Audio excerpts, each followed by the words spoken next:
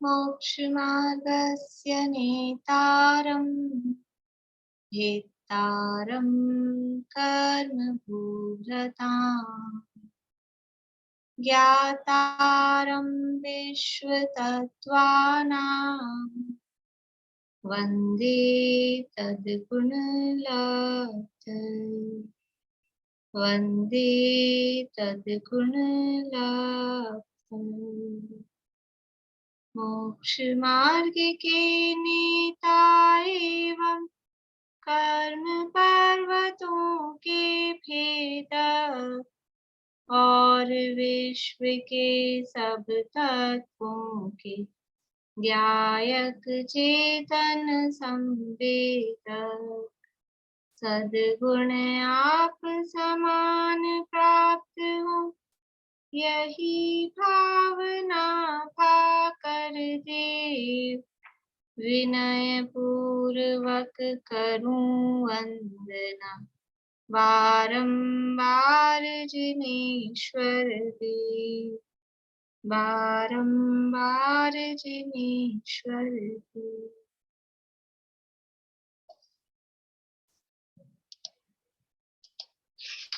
सूत्र सुनाने कोई?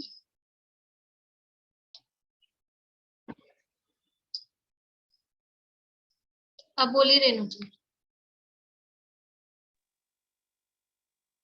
मैं बोली कि एक बार है ना ये पुद्गल विपाकी जी विपाकी थोड़ा सा करेक्शन कर मतलब कर लेते जो मेरा लिखा हुआ है जो जिसने भी लिखा है नोट। मैं बोल देती हूँ, आप मिला लीजिएगा आपका, ठीक है। गति आप लोग बताते जाएंगे सभी लोग। गति कौन सा विपाकी है ये बताना है, ठीक है। बोले मीना चाची। जीव विपाकी। बढ़िया, ऐसे करते हैं। जीव विपाकी के लिए 1, पुद्गल के लिए 2, भव के लिए 3 और क्षेत्र के लिए 4। जीव के लिए 1, पुद्गल के लिए 2, भव के लिए 3, क्षेत्र के लिए 4। ये सबको उंगलियां दिखानी है। तो गति में जीव विपाकी। जाति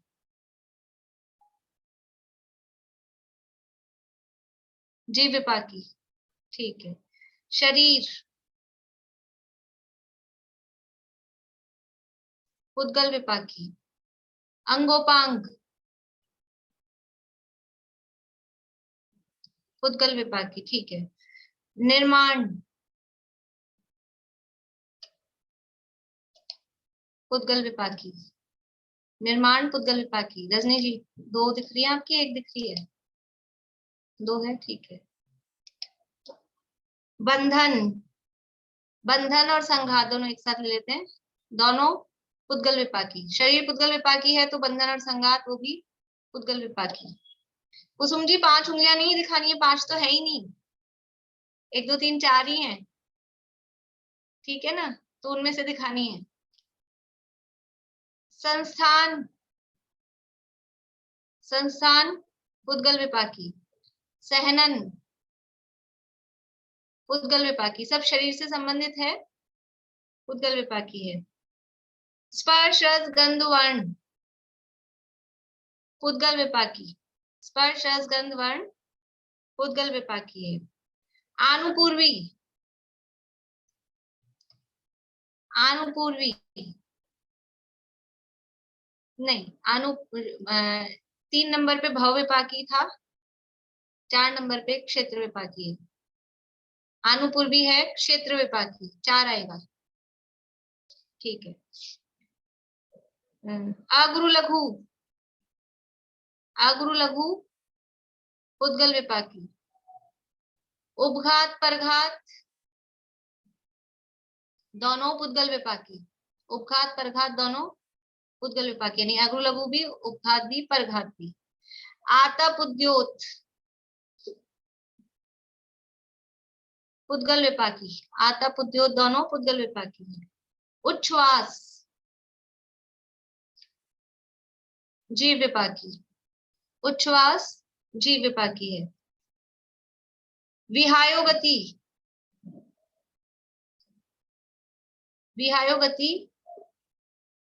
जीव विपाकी है। विहायो गति जीव विपाकी है। ठीक कर लेना जिन लोगों की गड़बड़ हो। प्रत्येक और साधारण, प्रत्येक शरीर, साधारण शरीर, उसका नाम अकेला प्रत्येक नहीं है, उसका नाम है प्रत्येक शरीर, साधारण शरीर, और जो शरीर है वो 2 नंबर है, पुद्गल विपाकी है। ठीक है, तो प्रत्येक शरीर, साधारण शरीर, पुद्गल विपाकी। त्रस जीव विपाकी, सुभग जीव विपाकी। इसके अपोजिट भी साथ में समझते जाना, यानी त्रस स्थावर दोनों जीव विपाकी हैं, सुभग दुर्भग दोनों जीव विपाकी हैं। सुस्वर दुस्वर जीव विपाकी। शुभ अशुभ, शुभ अशुभ पुद्गल विपाकी। सूक्ष्म बादर जीव विपाकी। पर्याप्त अपर्याप्त जीव विपाकी। बढ़िया। स्थिर अस्थिर पुद्गल विपाकी। आधे अनाधे जीव विपाकी। आधे अनाधे जीव विपाकी है। यश कीर्ति अयश कीर्ति जीव विपाकी। और तीर्थंकर, ये भी जीव विपाकी। ठीक है, जीव विपाकी कितनी है यहाँ पे अभी नाम कर्म में? नाम कर्म में जीव विपाकी है कितनी हुई? टोटल किया है किसी ने? 78। नहीं 78 नहीं, जीव विपाकी नाम कर्म में केवल। अच्छा, नाम कर्म की क्या वो पूरा हाँ, टोटल है? 27 27 है। 27। नाम कर्म में जीव विपाकी 27 है और 62 वो पुद्गल विपाकी आएंगे और 4 क्षेत्र विपाकी आएंगे। ठीक है, नाम कर्म में भव विपाकी कितनी है? नाम कर्म में भव विपाकी, जल्दी से 4 उंगली आ गई। मैं पूछू नाम कर्म में भव विपाकी कितनी है? नाम कर्म में भव विपाकी एक भी नहीं है, क्योंकि भव विपाकी कहाँ है? केवल आयु है, तो नाम कर्म में तो होंगी ही नहीं, वो नहीं होंगी ना। ठीक है, बाकी जितनी भी घातिया कर्म है, घातिया कर्म सारे ही जीव विपाकी हैं। और साता असाता वो भी जीव विपाकी है। आयु चारों भव विपाकी हैं। और क्या बचा? गोत्र। गोत्र क्या है? जीव विपाकी है, पुद्गल विपाकी है? जीव विपाकी है। और क्या बच गया? वेदनी हो गया, आयु, नाम, गोत्र। क्या रह गया? अंतराय रह गया ना। अच्छा, वो बोल दिया ना चारों घातिया, चारों हाँ, घातिया जीव चारों विपाकी घातिया। है, हाँ जी। वो जीव विपाकी है। ठीक है, चलिए, और किसी को कोई प्रश्न पूछना है कि मैं पूछ लूं?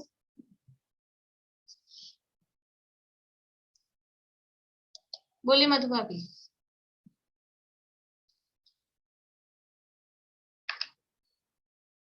अनम्यूट नहीं हुआ। पर्याप्ति, बादर, सूक्ष्म, ये सब आपने पुद्गल विपाकी बताए या जीव विपाकी बताए? पर्याप्ति, बादर, ये क्या बताया मैंने?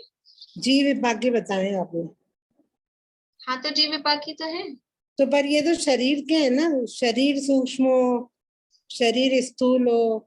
हाँ, वो लगता अपने को ऐसा ही है कि शरीर की है, लेकिन ये जीव की, जैसे पर्याप्ति है वो जीव की शक्ति है। अच्छा। और सूक्ष्म बादरपना भी जीव की शक्ति है। यद्यपि शरीर के साथ मिलके ही वो काम करता है, क्योंकि कर्म के जो भी उदय आने हैं वो शरीर, श्वासोश्वास को जीव विपाकी कहा, बिना शरीर के तो वो भी नहीं होगा, लेकिन फिर भी वो उसको जीव विपाकी के अंतर्गत रखा है। और ये उस समय अपन ने पढ़ते समय कहा भी था मैंने कि कुछ चीजों में अपना लॉजिक नहीं लगेगा, जो कहा है उसको यथा वैसा ही मानना पड़ेगा कि इसको ये बताया गया। जीव विपाकी और पुद्गल विपाकी की एक बार परिभाषा बता देंगे? यानी जिन कर्मों का उदय या जिन कर्मों का फल जीव महसूस करता है, जीव में आता है, वो जीव विपाकी। और जिन कर्मों का फल शरीर पे आता है वो पुद्गल विपाकी। सामान्य ऐसा ही है फिर भी अब जैसे जिन चीजों में अपने को नहीं लगता, अपने को ऐसा लग रहा है ये तो शरीर पे आ रहा है, तो पर उसमें ये बात अपने को समझना, क्योंकि हमको जिनवाणी पे श्रद्धा है, आगम में श्रद्धा है, तो उनको जीव विपाकी कहा है। इसका मतलब जीव उसको ऐसा फील कर रहा है। श्वासोश्वास है, जीव की शक्ति कही है, जीव की शक्ति है। पर्याप्ति है, वो जीव की शक्ति है। सूक्ष्म बादलपना, ये भी जीव की शक्ति कही गई है, इसलिए जीव विपाक। हाँ ये मैं ही पूछ रही थी, जैसे आपने उपघात परघात ऐसे कई बार दोनों का उदय बताया, तो आप क्वेश्चन देंगी तो हम किसका लिखें? मैं दूंगी तो आपको समझ में आ जाएगा, वो लिखना तो कुछ है ही नहीं। नहीं मतलब कई जगह दोनों का उदय बताया है। तो वो प्रश्न में ऐसा ही होगा। अभी मैं ऐसे कैसे बताऊं कि किसका लिखें, मतलब जो वो प्रश्न जैसा होगा ना, प्रश्न ऐसा होगा कि आपको समझ में आ जाएगा, आपको तो बटन दबाना है जो भी सही है, तो वो आप छाट लेना बस, ऐसा है। थोड़ा कंफ्यूजन इसमें आता है, शरीर नामकर्म, निर्माण नामकर्म और बंधन नामकर्म, इनकी डेफिनेशन में ना बहुत ज्यादा मिक्स हो रही है, तो समझ नहीं आ पा रहा कि जैसे डेफिनेशन जब अपन बोलते हैं किताब में जो लिखा हुआ है उसमें आपने जो लिखा है उसमें तो थोड़ा डिफरेंस है, पर कैसे आइडेंटिफाई कर पाएंगे वो समझ नहीं आ रहा। तो ऐसे करें इसको, जो शरीर की तो यही है, जिस कर्म के उदय के निमित्त से शरीर की रचना होती है, ठीक है। वो तो और निर्माण में है, जिस कर्म के उदय से शरीर की भिन्न भिन्न प्रकार की, देखो एक तो शरीर नाम कर्म क्या काम कर रहा है कि उसके उदय से शरीर की रचना हो रही है। औदारिक है, वैक्रियक है, आहारक है, वो शरीर की रचना हो रही है। और निर्माण नाम कर्म क्या करेगा कि शरीर में फिर भिन्न भिन्न प्रकार की, सबका औदारिक शरीर है, हम जितने बैठे हैं, लेकिन सबका एक सा है क्या? नहीं, सबके शरीर में रचनाएं, सबके पास आंख दो हैं, कान दो हैं, नाक एक है, लेकिन फिर भी वो सबकी रचना अलग अलग है। तो जिस कर्म के उदय के निमित्त से शरीर की भिन्न भिन्न प्रकार की रचना होती है, वो निर्माण नाम कर्म है। और बंधन नाम कर्म में कि जिस कर्म के उदय के निमित्त से अंगोपांग, इसमें तो इतना मतलब मिक्स नहीं हो रहा है, ये दो जरूर मिक्स जैसे लग रहे हैं, शरीर और निर्माण। उसमें शरीर की रचना होती है और इसमें शरीर की भिन्न भिन्न प्रकार की रचना होती है।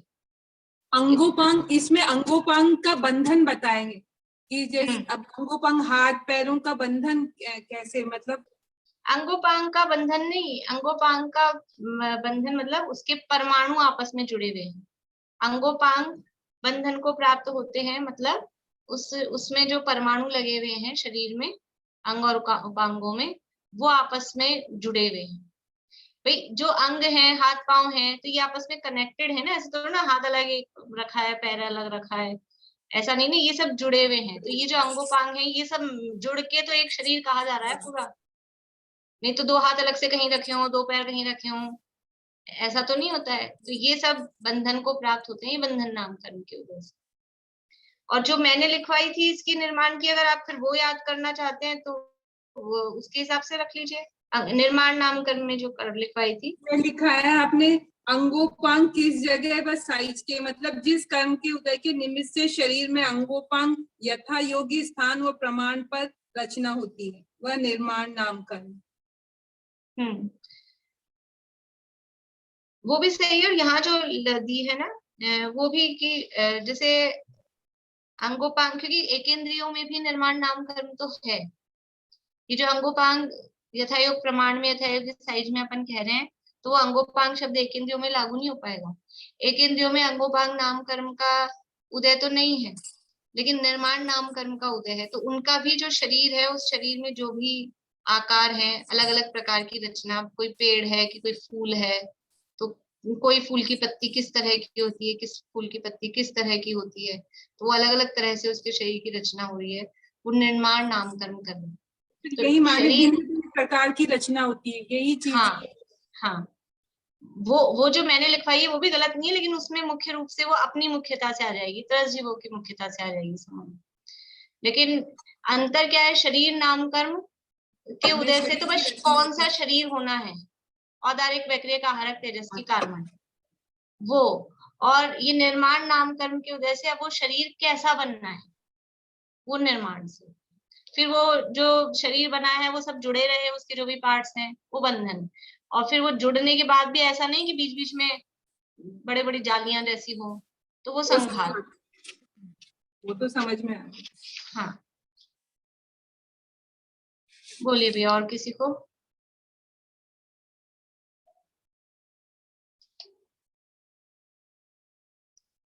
नहीं, विनीता आंटी बोलिए। मैं तो आपको यही बता रही थी, कहीं एक जगह ना निर्माण की परिभाषा बड़ी सुंदर लगी। आवाज आ रही है? हाँ, वो परिभाषा मैं आपको बोलूं, निर्माण जिसके उदय से जीव के इंद्रियों के आकार अपने अपने स्थान पर एवं शरीर के प्रमाण रूप से बनते हैं। जैसे 500 धनुष का शरीर है तो उस हिसाब से आंख नाक होंगे। वही मैंने लिखवाई थी ना, वही वही वो मैंने इंद्रिय शब्द नहीं लिखवाया, वो अंगोपांग वर्ड लिखवा दिया। वही है, बड़ी सुंदर लगी। सारी हाँ, अंगोपांग का भी बड़ी सुंदर परिभाषा है, इसमें बंधन की भी और की भी है। तो किसी माता जी की बनाई हुई, पर बहुत सुंदर परिभाषा है। मैंने भी कहीं देख के ही लिखवाई थी, वो गलत नहीं है, लेकिन अपनी बुक में इसलिए मैंने कि सिमिलरिटी रहे। फिर सब लोग, वो कुछ लोग ऐसे हैं ना जिन्होंने बीच में भी ज्वाइन किया है, किसी के पास लिखी भी नहीं भी है, तो वो सिमिलरिटी के लिए अपन जो इसमें लिखी भी है वो याद कर लें, वो ज्यादा अच्छा है।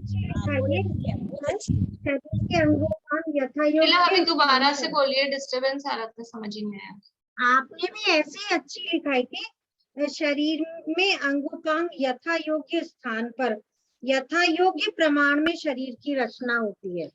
हाँ हाँ, वही कर्म है, को वही। हाँ, बहुत अच्छा लिखाया था ये आगे इसको। हाँ, निर्माण कर्म।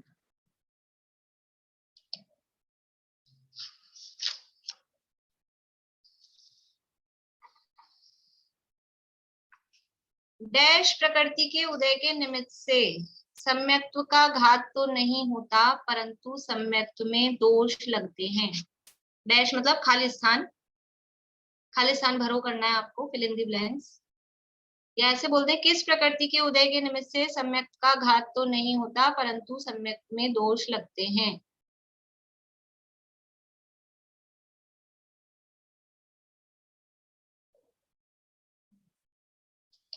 चमेली आंटी। सम्यक्त प्रकृति। सम्यक्त प्रकृति, ठीक है, बढ़िया। शशि जी, आपको कुछ पूछना है? हाँ, वो मैं उदय उपशम और वो क्षयोपशम ये सब आप एक बार कराएंगे क्या? देखिए, वो तो यानी उदय का मतलब है कर्म जब फल देने के लिए आ जाते हैं, वो उदय कहलाता है। और वो कर्म का दब जाना वो उपशम है। और कुछ मतलब उस कर्मों में कुछ कर्म दबे हुए हैं, कुछ उदय में है, ऐसी स्थिति होती है, वो क्षयोपशम कहलाता है। और कर्म पूरी तरह से नष्ट हो गए हैं, पूरी तरह से नष्ट हो गए हैं, है ही नहीं, वो कहलाता है क्षय। उपशम में और क्षय में क्या अंतर है? उपशम में भी कर्म उदय में नहीं है, क्षय में भी कर्म उदय में नहीं है, लेकिन उपशम में कर्म अभी सत्ता में है, स्टॉक में है, दबे हुए हैं। उदय में नहीं है लेकिन दबे हुए हैं। पर क्षय में उदय में भी नहीं है, दबे हुए भी नहीं है, स्टॉक में ही नहीं है। तो कर्म का सत्ता में से पूर्ण रूप से नष्ट हो जाना वो क्षय है, और कर्म का सत्ता में दबे हुए रहना वो उपशम है। और कुछ कर्मों का दबा हुआ, कुछ कर्मों का उदय रूप होना वो क्षयोपशम है। और कर्मों का अपना फल देने के लिए प्रकट हो जाना वो उदय कहलाता है। इस तरह से 4 अवस्थाएं कर्म की, और जैसे ये कर्म होते हैं उसी के अनुसार जीव के भाव कहे जाते हैं, औपशमिक, क्षयोपशमिक, क्षायिक, औदिक। और इन चारों अपेक्षाओं से रहित भी जीव का भाव होता है, उसको बोलते हैं पारिणामिक भाव। उसमें ना कर्म का उदय होता है, ना उपशम होता है, ना क्षयोपशम होता है, ना क्षय होता है, वो पारिणामिक भाव। तो इसकी रिकॉर्डिंग अपने को किस वाले में मिल जाएगी? कुछ एक तो शायद अभी इस अध्याय के शुरू में समझाए थे। शुरू में नहीं था, वो थोड़ा शुरू वो में तो नहीं देखना था। पड़ेगा, हेडिंग आपको क्लास के मतलब शुरू में जितने भी क्लास नाम देखने उसकी पड़ेंगे। हेडिंग वो मुझे दिखी नहीं, उसकी हेडिंग मैंने देखी। हाँ ठीक है, मैं पता कर देख लेंगे। हाँ, हाँ। और नहीं तो फिर वो पुरानी जो ऑडियो रिकॉर्डिंग है दूसरे 28 जनवरी की है, 28 जनवरी 28 जनवरी बता रहे हैं शशि, हाँ। देख लीजिएगा। और अगर ज्यादा डिटेल में समझना है तो पुरानी कोई ऑडियो रिकॉर्डिंग्स है तत्वार्थ सूत्र वाले ग्रुप में, अगर आप लोगों के पास पुरानी रिकॉर्डिंग्स हैं तो दूसरे अध्याय की रिकॉर्डिंग्स में शुरू में जो है उसमें ये बहुत डिटेल में चला था, ऑडियो रिकॉर्डिंग्स होगी। प्रीति मुझे अभी याद आया इसलिए मैं कह रही हूँ, वो उसमें हुआ नहीं है। तुम एक बार उससे प्रीति से बात करके उसको बता देना ना। वो ज्वाइन ही नहीं, वो आई नहीं रही। और पहले वो चालू थी, स्वस्ति ने फरवरी में ज्वाइन किया था, तब उसके पास पुरानी रिकॉर्डिंग्स आई हैं। और अब जब ज्वाइन कर रहे हैं तो आ ही नहीं रही है पुरानी रिकॉर्डिंग्स। तो तुम एक बार उससे बात कर लेना। ये आएगा क्या अभी जो आपने उदय शयोक्षम ये कोर्स में नहीं है? क्योंकि पता नहीं है मुझे। अब मना कर दिया तो पढ़ना ही नहीं है। नहीं वो तो आता है, थोड़ा बहुत आपका सुना हुआ है इसलिए। ठीक, देखिए वो कोर्स बहुत ज्यादा हो जाता है ना आने में। तो और भी बहुत अपन ने पढ़ा तो बहुत कुछ था, मैंने लिख के इसीलिए आप लोगों को दिया था अपन ने क्या क्या पढ़ा है। लेकिन फिर बहुत ज्यादा कोर्स हो जाता है, पेपर में भी नहीं समाता है कितने क्वेश्चन बनाए जाए। और आप लोगों के लिए भी बहुत ज्यादा हो जाता है, असली तो आप लोगों के लिए हो जाता है, बहुत ज्यादा हो जाता है। देखिए और पूछ लेती हूँ मैं आप लोगों से।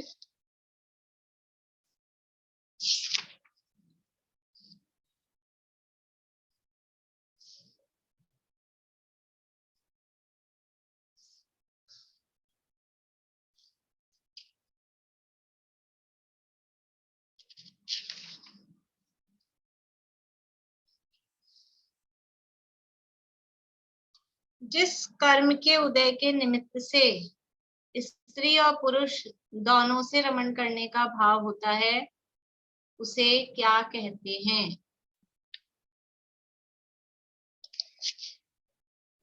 नपुंसक भेद। नपुंसक भेद। दीदी देखो अब सिलेबस नहीं पता चल रहा है जो कोर्स में आ रहा है। सिलेबस में ये है कि ये जो पूरे सूत्र हैं अपने, और इसमें बुक में जितना है सूत्रों के हिसाब से। अभी बोला आपने कि ये नहीं आएगा, मतलब 6 ऑप्शन अगर नहीं आएगा। मैंने लिख के डाला था 2-4 दिन पहले, तो मैं बता रही हूँ ये पूरा आएगा जितना बुक में है, वो सारा पूरा है। इसके अलावा संस्थान और सहनन के बारे में, उसका गमनागमन कहाँ कहाँ जाते हैं, कौन कौन से संस्थान सहनन वाले, वो बस यही बताया ना। बहुत ज्यादा कोर्स दीदी, इसमें कोई नहीं पा रहा है।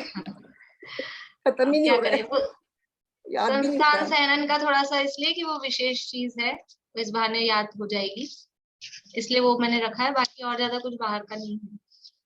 और ये आएंगे जीव विपाकी, पुद्गल विपाकी, चारों प्रकार के विपाकी ये आएगा।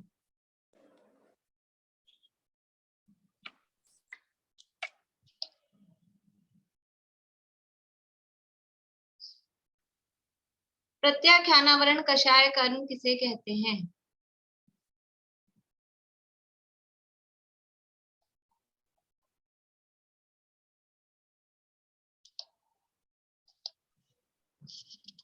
जिसकी वजह से सकल संयम ना हो सके।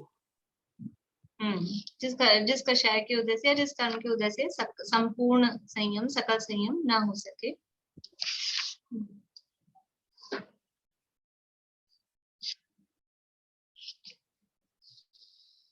जिस कर्म के उदय के निमित्त से नरक में जाना और वहां रहना होता है।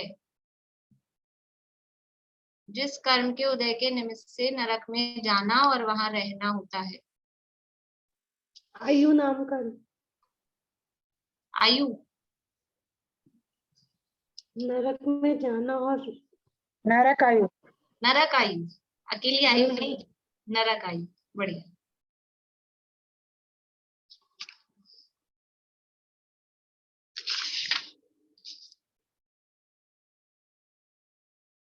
तिर्यंच गति नाम कर्म किसे कहते हैं?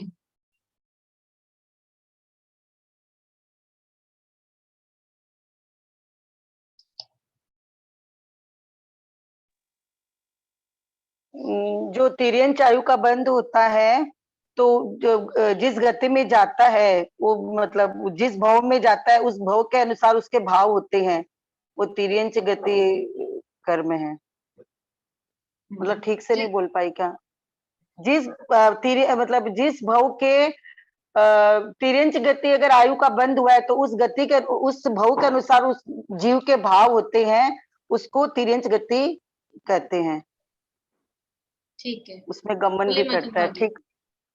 जिस कर्म के उदय के निमित्त से जीव के तिर्यंच जैसे भाव हो, उसको तिर्यंच नामक नाम कर्म कहते हैं। हाँ, इसमें मैंने थोड़ा सा जुड़वाया था। जिस कर्म के उदय के निमित्त से जीव तिर्यंच गति में जाता है और उसके तिर्यंचों के जैसे भाव होते हैं, वो जाना भी, गमन भी, और उसके भाव। तो चाहे मनुष्य हो तो जिस कर्म के उदय के निमित्त से जीव मनुष्य गति में जाता है और उसके मनुष्यों के जैसे भाव होते हैं। जाति नाम कर्म किसे कहते हैं?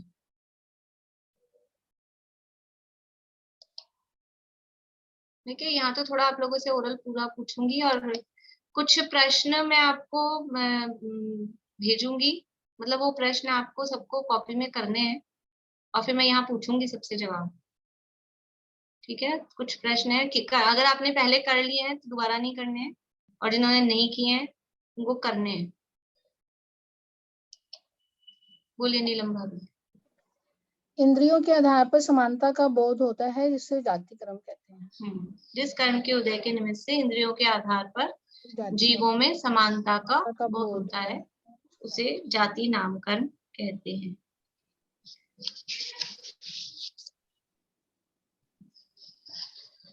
संस्थान नाम कर्म किसे कहते हैं और ये कितने प्रकार का होता है?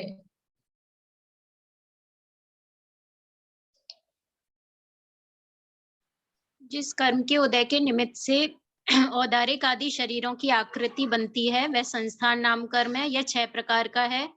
समचतुरस संस्थान, न्यायग्रोध परिमंडल संस्थान, स्वाति संस्थान, वामन संस्थान, नहीं पहले कुब्जक संस्थान, वामन संस्थान, हुंडक संस्थान। ठीक,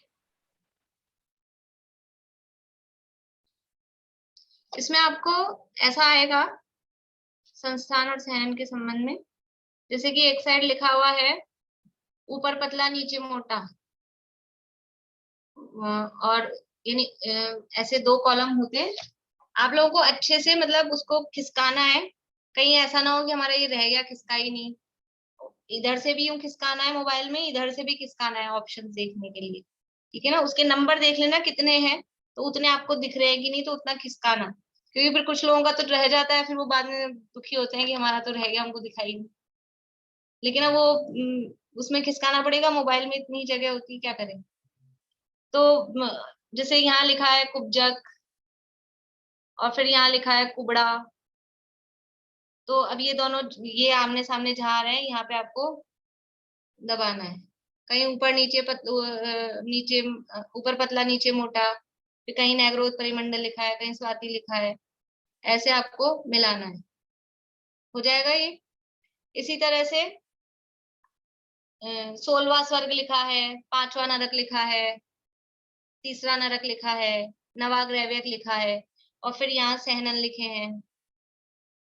तो कौन से सहनन वाला कहाँ तक जा सकता है, वो आपको ऊपर नीचे से देख के मिलाना है। ठीक है,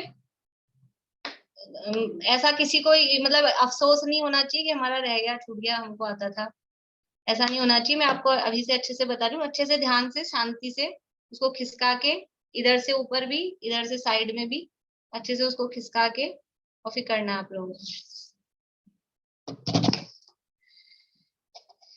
जिसमें शरीर में नीचे का भाग भारी और ऊपर का भाग दुबला होता है, नीचे का भाग भारी है, ऊपर का भाग पतला है, वो कौन सा संस्थान होता है? स्वाति संस्थान होता है वो। स्वाति संस्थान, नीचे का भाग भारी है, ऊपर का भाग दुबला है। जिस कर्म के उदय से शरीर में ऊपर का भाग भारी और नीचे का भाग पतला। रेखा जी, दिल्ली। जिस कर्म के वजह से ऊपर का भाग भारी और नीचे का हल्का, वो तो सरोजन। न्यायग्रोध परिमंडल। न्यायग्रोध परिमंडल संस्थान, ठीक। जिस सहनन में यानी जिस कर्म के उदय के निमित्त से हाड़ों के जोड़ों में कीले हों, वह। जिस कर्म के उदय के निमित्त से हाड़ों के यानी हड्डियों के जोड़ों में कीले हों। शीला भाभी। नाराज सहनन। नाराज सहनन। बढ़िया।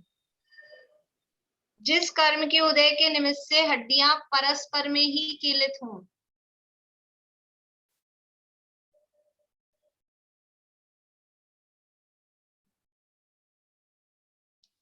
स्नेहलता जी। कीलित सहनन। कीलित सहनन। जिस कर्म के उदय के निमित्त से शरीर में गंध प्रकट हो।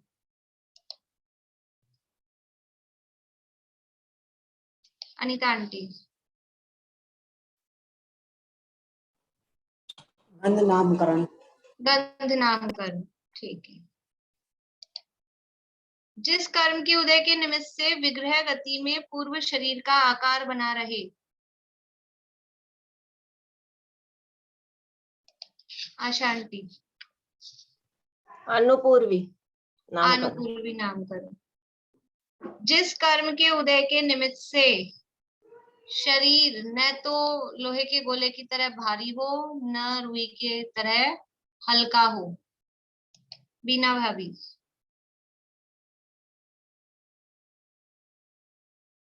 अनम्यूट करिए। अगरु लघुत्व नामकरण। हाँ, अगुरु लघु नामकरण। जिस कर्म के उदय के निमित्त से शरीर बहुत सारे जीवों से भोगने योग्य हो। जिस कर्म के उदय के निमित्त से शरीर बहुत सारे जीवों के भोगने योग्य हो। सुमन जी। साधारण वनस्पति नामकरण। हाँ, वनस्पति नहीं लगाना, बस साधारण नामकरण। साधारण। जिस कर्म के उदय के निमित्त से दूसरे अपने से प्रीति न करें।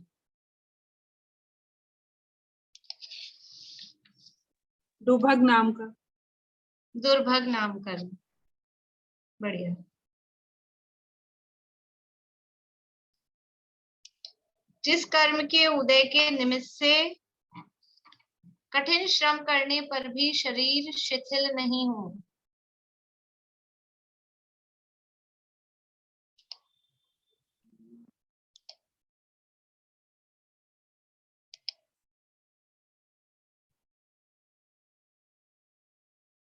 चलिए, सब सोच में पड़े हैं। बोलिए चमेली आंटी। स्थिर नामकरण। स्थिर नामकरण। बढ़िया। कुछ लोगों के हाथ खड़े हैं, ऐसी बात नहीं है।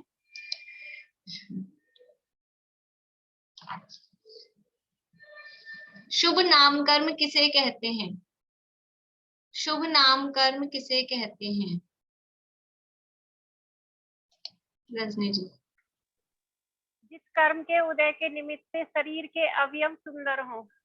शरीर के अवयव सुंदर हों, वो शुभ नाम कर्म। वैसे मतलब इतना कुछ कठिन नहीं, दिखने में बहुत सारा दिख रहा है, लेकिन ऐसे समझ लो कि मजा आ रहा है, मजेदार है।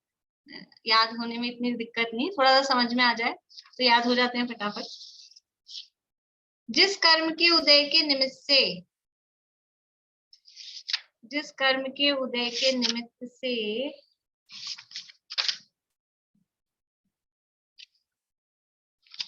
एकेंद्रियों में जन्म हो।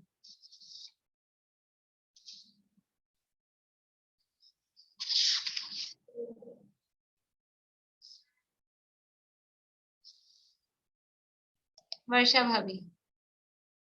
स्थावर नामकरण। स्थावर नामकरण। इसमें आप लोगों ने नहीं पूछा कि इसमें आपको कंफ्यूजन हो रहा है? जिस कर्म के उदय के निमित्त से जीव एकेंद्रिय कहा जाता है।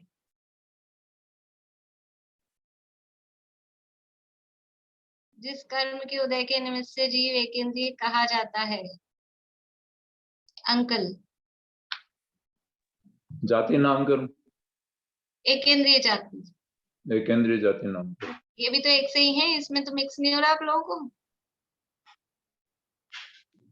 ठीक है।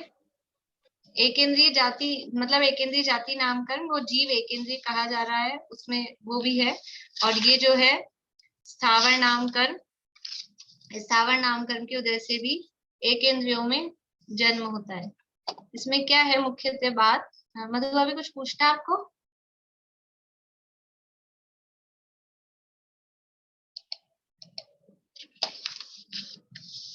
जो जाति नाम कर्म है और ये त्रस स्थावर है, ये एक से लगते हैं। मतलब आप लोगों को किसी को प्रश्न नहीं उठा था, हमको तो उठा था कि ये जब इसकी जरूरत क्या है, जब बात एक इंद्रिय दो इंद्रिय जाति बता दी तो फिर त्रस स्थावर उसमें भी तो वही बात है।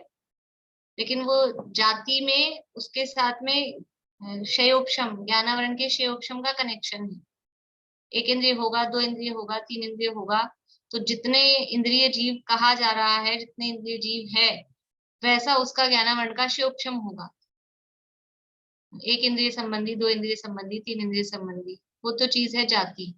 और ये जो त्रस स्थावरपना है, उसमें वो जो स्थावर के जैसे 5 भेद हैं, जल पृथ्वी का एक में है कि जल का एक में जाएगा कि अग्नि का एक में जाएगा, तो वो मतलब उसमें ज्ञानावरण आदि के साथ का कनेक्शन नहीं है दोनों कनेक्टेड। जो जाति होगी उसी हिसाब से वो त्रस स्थावर में जाएगा। अगर एक इंद्रिय जाति है तो स्थावर ही कहलाएगा, दो इंद्रिय जाति है तो त्रस ही कहलाएगा, वो उससे कनेक्टेड है। लेकिन जो जाति नाम कर्म है वो ज्ञानावरण के साथ उसका विशेष रूप से संबंध है। और यहाँ पर ये जो त्रस स्थावर है, ये समझ लो उसके यद्यपि है तो जीव विपाकी प्रकृति, लेकिन फिर भी उसका शरीर किस तरह का बन रहा है ये समझ लें अपन। एक इंद्रियों जैसा है कि त्रसों जैसा है, वो त्रस स्थावर के अंतर्गत आएगा। इसको अपन उससे भी ले सकते हैं कि वो धातु उपधातु से संबंधित, क्योंकि त्रस जीवों का शरीर वो मांस कहलाता है, स्थावर जीवों का शरीर वो मांस नहीं कहलाता है। तो उस आधार पे इसको, यानी ये शरीर से संबंधित है त्रस स्थावर। प्रकृति जीव विपाकी ही है, लेकिन उसका संबंध शरीर के साथ में। और जो एक इंद्रिय दो इंद्रिय आदि जाति हैं, उनका संबंध है ज्ञानावरण के साथ में। कैसा ज्ञानावरण का क्षयोपशम होगा उस आधार।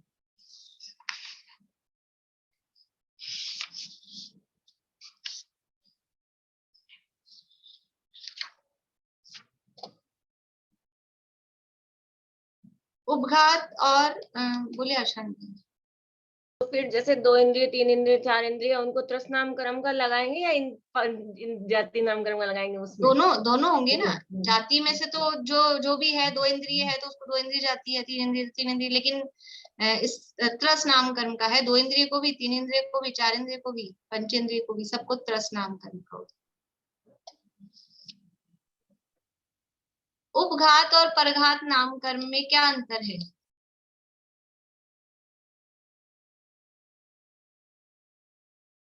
किसका नंबर नहीं आया? प्रेमलता जी।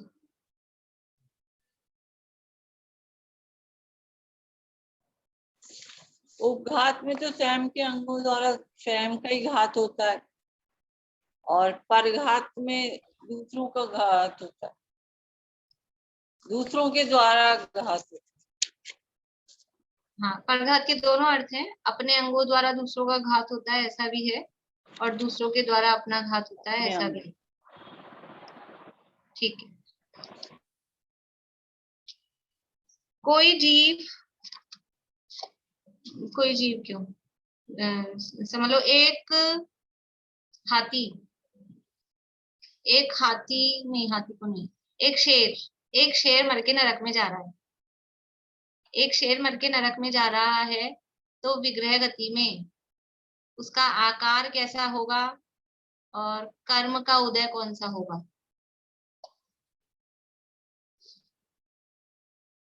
प्रश्न समझ में आ गया?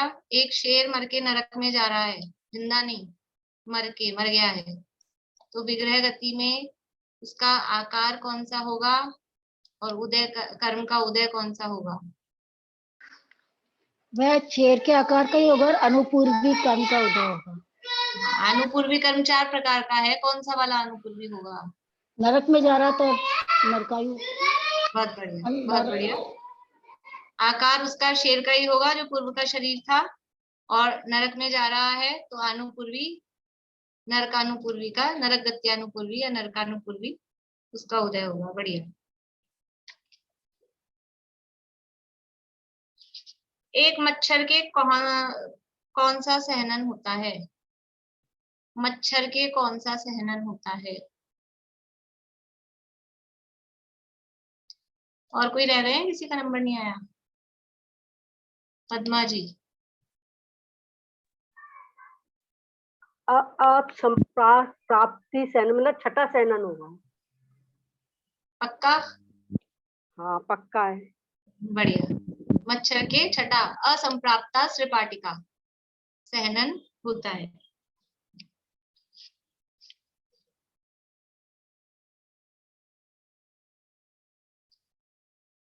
नरक में कौन सा संस्थान होता है? नरक में नारकियों के कौन सा संस्थान होता है? आप लोग बताना चाहेंगे? कांता आंटी, मनोरमा आंटी, बोलिए मनोरमा आंटी। हुंडक संस्थान। हुंडक संस्थान, बढ़िया। देवों के कौन सा सहनन होता है?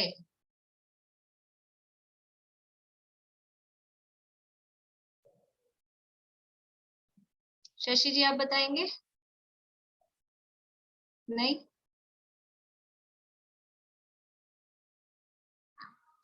रेणु जी?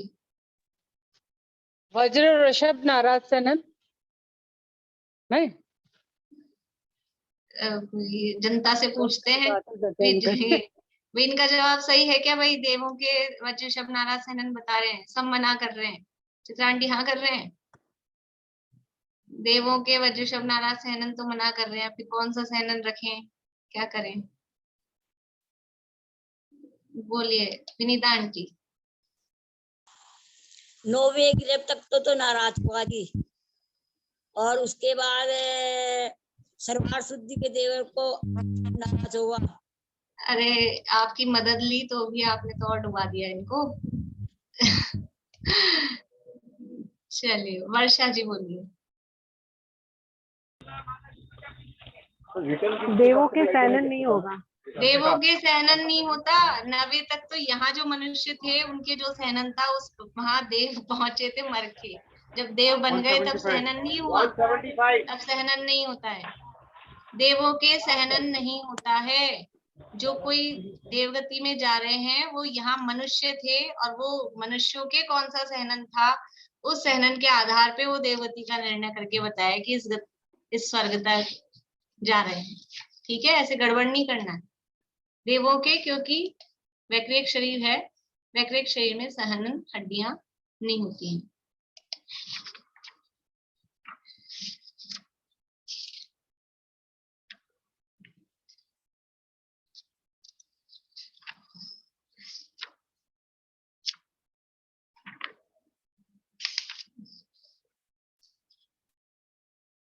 कुछ पूछना आप लोगों को?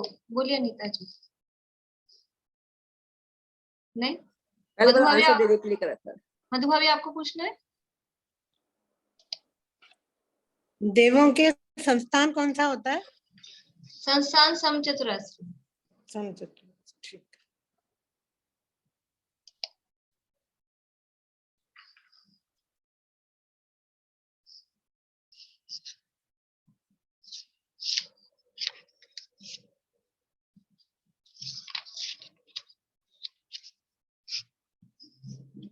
वैक्रिक शरीर नाम कर्म किसे कहते हैं?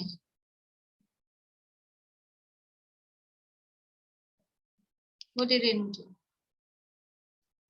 जिस कर्म के उदय के निमित्त से वैक्रिक शरीर की रचना होती है, तो छोटा बड़ा हल्का भारी सब तरह से अनेक तरह के शरीर की रचना कर सकता है उससे।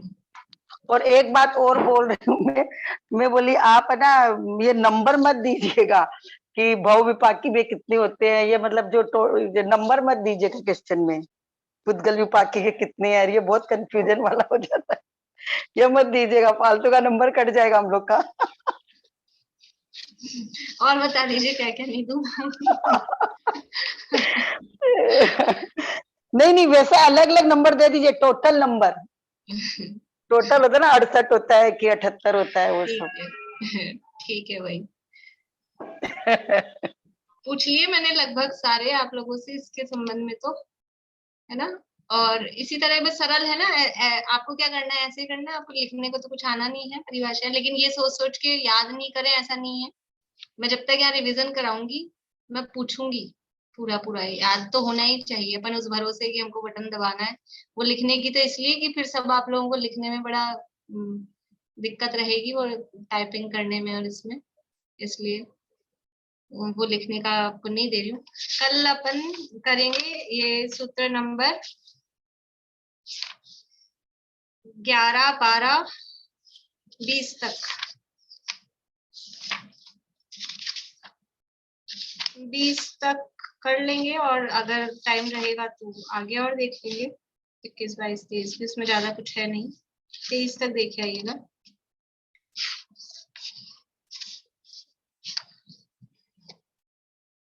बोलिए चित्रा आंटी। 11 तो हो गया ना आज? हाँ 12 बोला मैंने, 12, 13। हमें तो 2 दिन पहले तो ऐसा लग रहा था कि एग्जाम नहीं दे, बिल्कुल मन खत्म हो गया था कि इतनी क्लासेस छूट गई। अब थोड़ी तसल्ली हुई है 2 दिन से। ज्यादा नहीं है, वो दिखता है ऐसा ज्यादा, मतलब ऐसा कुछ नहीं है। और नामकरण भी दिखने में इतना बड़ा दिखता है पर इतनी कठिन नहीं है, वो सरल ही है परिभाषा। क्लासेस बहुत छूटी अब की बार, बहुत छूटी, इसलिए डर लग रहा था। बोले पाली। भाभी, अपन ने केवल नामकरण में देखा है किसका किसका उदय होता है, बाकी किसी में नहीं देखा, तो बाकी सब ब्लैंक छोड़ दे। छोड़ दो अभी, उसमें फिर वो क्या थोड़ा वो बारीकी से जाना पड़ता है। वैसे तो नामकरण नहीं, अघातिया में देखा था, वो पुण्य पाप जो छाटे थे ना, वो तो अघातिया में छाटे थे। पुण्य पाप नहीं, उदय ये जैसे उदय किसका है, जैसे शरीर में 3 शरीर का उदय रहेगा, इस तरह से जो छाटे थे अपन ने। हाँ तो वो घातिया कर्मों में जैसे पूरा उदय तो अवधि मना परे केवल का पूरा, उसमें फिर वही थोड़ा सा वो रहेगा अलग अलग तरह से, वो शिवोपम के आधार पे देखना पड़ेगा ना, इसलिए उसको अभी रहने दो, फिर वो कॉम्प्लिकेटेड हो जाता है, गहराई में जाना पड़ता है उसके। और एक क्वेश्चन और था, अपन ने लिखा था ज्ञान में, मतलब मैंने लिखा है ज्ञान ज्यादा 3 हो सकते हैं, वो मुनिराजों के लिखे, पर देवों और नारकियों के भी तो 3 ज्ञान होंगे। ज्ञान क्या लिखा है? ज्यादा से ज्यादा 3 हो सकते हैं। ज्यादा से ज्यादा तो 4 हो सकते हैं। एक ज्ञान होगा तो केवल ज्ञान होगा, ज्यादा से ज्यादा 4 होंगे, 2 होंगे तो मति और श्रुत होगा। 3 ज्ञान के आगे मुनिराज लिखा है, मन पर्याय ज्ञान या मन पर्याय ज्ञान लिखा है उसमें, पर अवधि ज्ञान। अगर 3 ज्ञान में मति श्रुत और मन पर्याय होगा तो वो मुनिराज के होगा, और मति श्रुत अवधि है तो वो देवों के, नारकियों के, मनुष्य, तिर्यंच सबके हो सकता है, तिर्यंचों के भी हो सकता है। लेकिन अगर मन पर्याय वाला कॉम्बिनेशन बनेगा 3 में तो वो मुनिराजों के।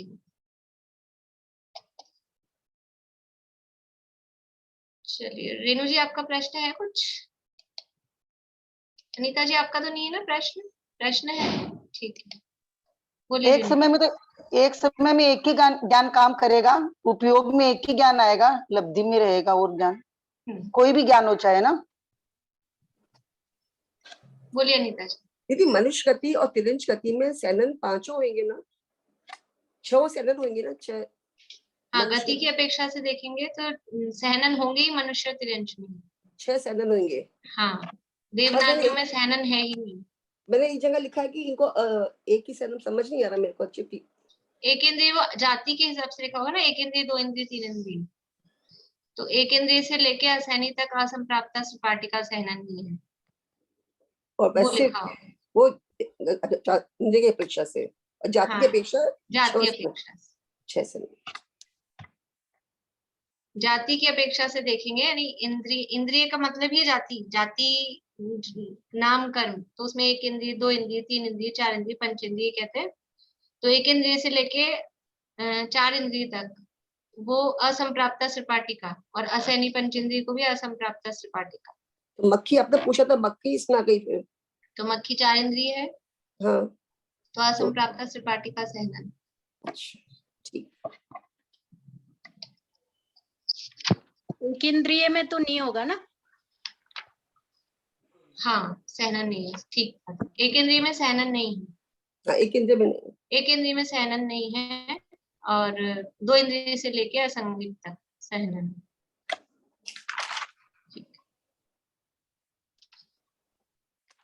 चलिए बाकी और कल करेंगे, अभी और किसी को कुछ पूछना हो तो देख लीजिए।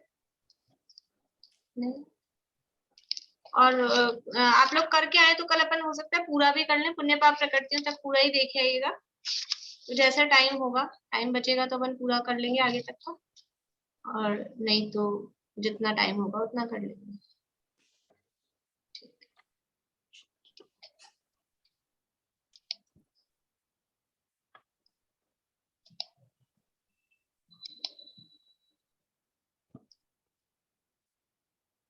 शशि जी कुछ पूछना है आपको? अनम्यूट।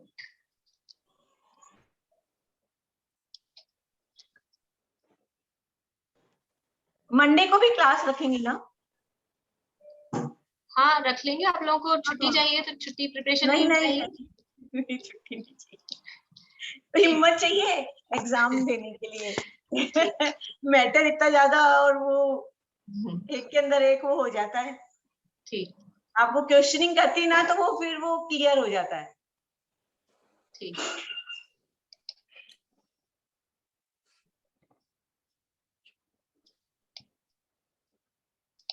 आप कुछ पूछना चाह रहे हैं शशि जी?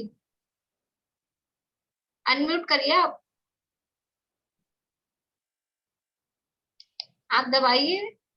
नहीं हो रहा। हाँ हो गया। बोल रही हूँ मेरे पास किताब नोट्स कुछ नहीं है ना, इसलिए मैं किताब नहीं आई आपके पास अभी तक?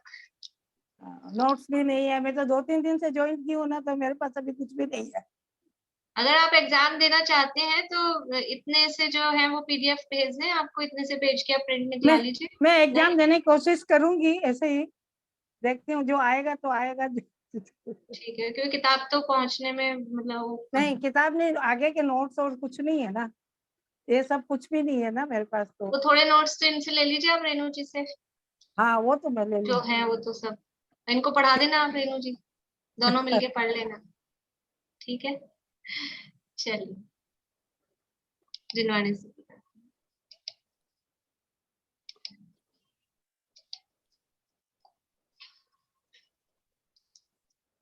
जोग धरे रहे जोग सो भिन्न अनंत गुणातम केवल ज्ञानी। आसुर दद्रह सोनिक सरिता सम वैश्रुत सिंधु समानी। याते अनंत न यातम लक्षण सत्य स्वरूप सिद्धांत बखानी। बुद्ध लखे न लखे दुर्बुद्ध सदा जग माही जगे जिन वाणी। बुद्ध लखे न लखे दुर्बुद्ध सदा जग माही जगे जिन वाणी।